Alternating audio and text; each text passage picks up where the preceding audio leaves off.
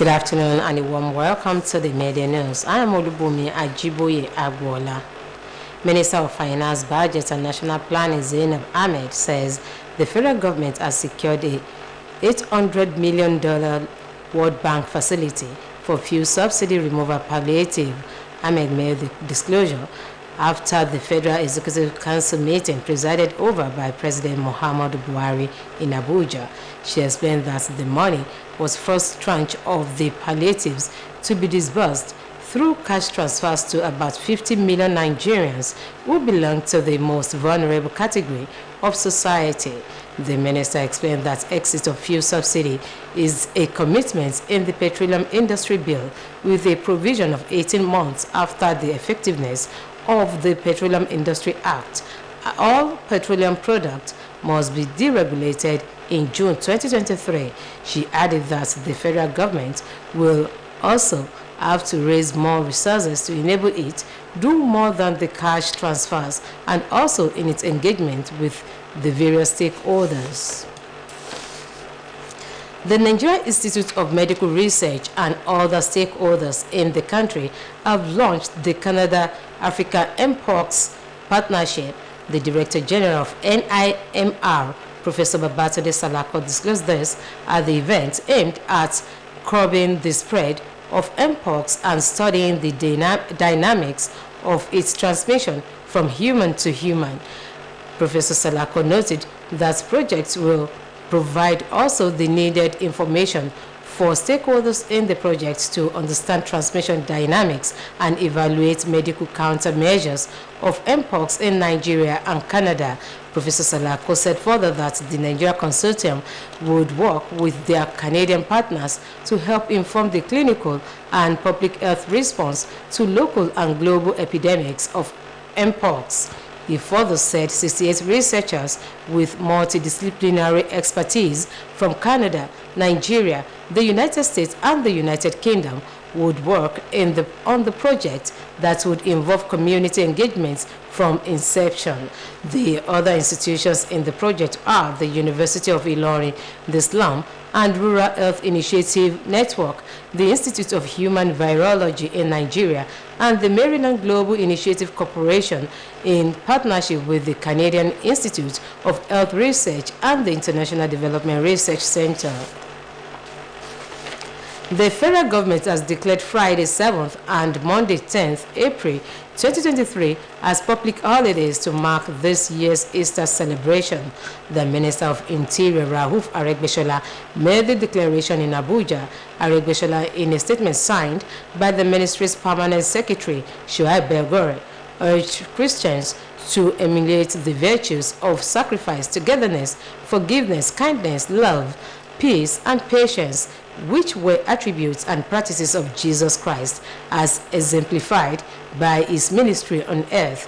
The minister also called on Christians and all Nigerians to use the occasion of this year's Easter celebration to pray for an end to the security challenges in parts of the country, pointing out that security is everybody's business, while wishing Christians at home and in the diaspora a happy and peaceful Easter celebration. He also enjoined them to love their neighbors through acts of kindness and generosity. Osun State Governor Senator Ademola Adeleke has said that his administration is poised towards providing a conducive environment for learning as a way of ensuring adequate and quality education system in the state. Governor Adeleke stated this at the commissioning of rehabilitated blocks of classrooms and constructed fence and gate house, among other projects at Community Primary School Dagbolu. Oluwatobiloba Odunuga reports. At the former commissioning of rehabilitated 2 blocks of 8 classrooms, constructed fence and gate house, toilets, playing arena and reticulated borehole at Community Primary School Dagbolu, which was facilitated by Osun Community and Social Development Agency, Osun CSDA, in collaboration with the Osun State Government and World Bank. Osun State Governor Senator Ademola Adeleke said this is the manifestation of his administration's commitment towards providing adequate learning environment for school pupils as a way of ensuring inclusive education in the state. The governor, who spoke through his deputy, Prince Kola Adewusi, stated further that the project embarked upon by Osun CSDA in collaboration with the Osun State Government is a manifestation of his campaign promises in revitalizing the state education sector in order to reverse poor performance of students in public institutions. He enjoined the community, the school authority, and the pupils of Community Primary School Dagbolu to make judicious use of the facilities given to them in such a way that the project will be useful for generations to come. Research has shown that an enabling learning environment increases students' attention and focus. It equally promotes meaningful learning experiences. It encourages higher levels of student performance and motivates students to practice higher level of critical thinking skills. In other words, positive classroom environment will always motivate students to learn, remove negative emotions such as stress and other things that create teaching and learning. Earlier in a welcome address, the General Manager of Osun CSDA, Mrs. Aderonke Abokede, appreciated the state government's support and commitment towards improving the school facilities of Community Primary School Dagbolu. Mrs. Abokede stated further that children are the future of any community, adding that investing in their education is an investment for the future of education, which remains the key to eliminating inequality and reduction of poverty. This commissioning is only possible because of the funding provided by the Executive Governor of the state, Senator Ademola Adeleke. I want to tell you that the funding that was made available, now we have 98 micro projects have been funded across the states, out of which 5 micro projects are in this school to be commissioned. In their good messages, the Ajagun of Oshogbo, Chief Okparanti, Baba Kekere of Oshogbo, Chief Sulaiman Olanipekun, Bale Dagbolu, Chief Sulaiman Oyebode, Superintendent of Corps NSCDC, Keye Akintunde, Coordinating Director, Ministry of Rural Development and Community Affairs, Dr. Shegun Ogunrinlade, and the representative of the Director of Head of Local Government Areas, Olorunda North LCDA, Mrs. Moron Fulu Oyewale, among others, appreciated the Osun State Government and the Osun CSDA for their unrelenting efforts in ensuring adequate and development meets every nook and cranny of the state. We appreciate the contribution of the government to the progress of Osogbo in particular, and to the progress of Osogbo in general. We are very happy. The event, which saw the commissioning of rehabilitated 2 blocks of 8 classrooms, constructed fence and gate house, toilet, playing arena, and reticulated borehole, among others, featured Osun Cultural Troupe and Community Primary School Dagbolu pupils cultural presentation, among others.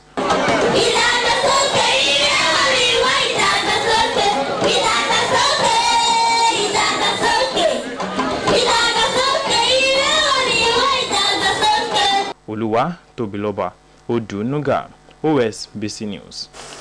In another development, Osun State Governor Senator Ademola Adeleke has approved free train ride for Osun indigents in Lagos State and other southwest states willing to celebrate Easter festival with their families.